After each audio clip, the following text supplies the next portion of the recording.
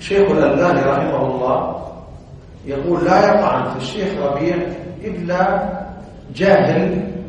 الشيخ ربيع هو رد على الإخوان المسلمين وسيد قطب وكذا، وهم كانوا يسبونه، فقال الشيخ الألباني لا يطعن في الشيخ ربيع ويحذر منه ويسبه إلا جاهل فيعلم، نسأل الله أن يعلمه، أو صاحب هوى فنسأل الله أن يقسم ظهره دعا عليه الشيخ الألباني। রবি বিন হাদি আল Madkhali গালি দিত বিভিন্ন লোকেরা, কুমারিরা, শত্রুরা গালি দিত।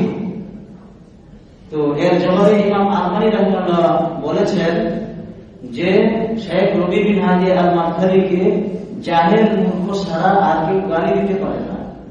যারা জাহেল মূর্খ উপকৃত অনুসারী তারাই কেবলমাত্র শেখ রবিকে গালি দেয়।